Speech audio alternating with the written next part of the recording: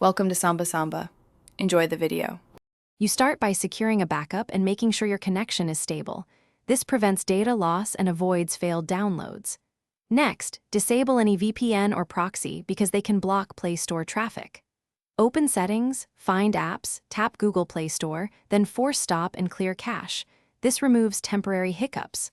Once done, also check date and time accuracy and toggle Wi-Fi off and on, because mismatched time or flaky networks are common causes of older Play Store behavior.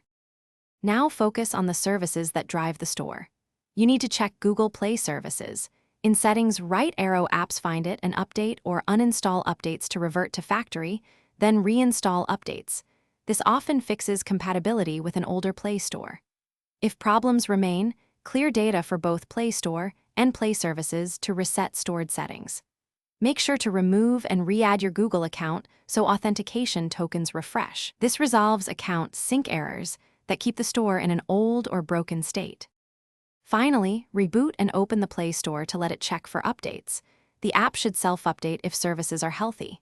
If it remains stuck on an old version, consider sideloading the latest Play Store APK from a trusted source. Install only versions compatible with your Android release. Make sure to enable Install Unknown Apps temporarily. If nothing fixes it, boot into safe mode to test third-party app interference. And as a last resort, perform a factory reset after backing up important data. Thanks for watching. Consider subscribing if we helped you.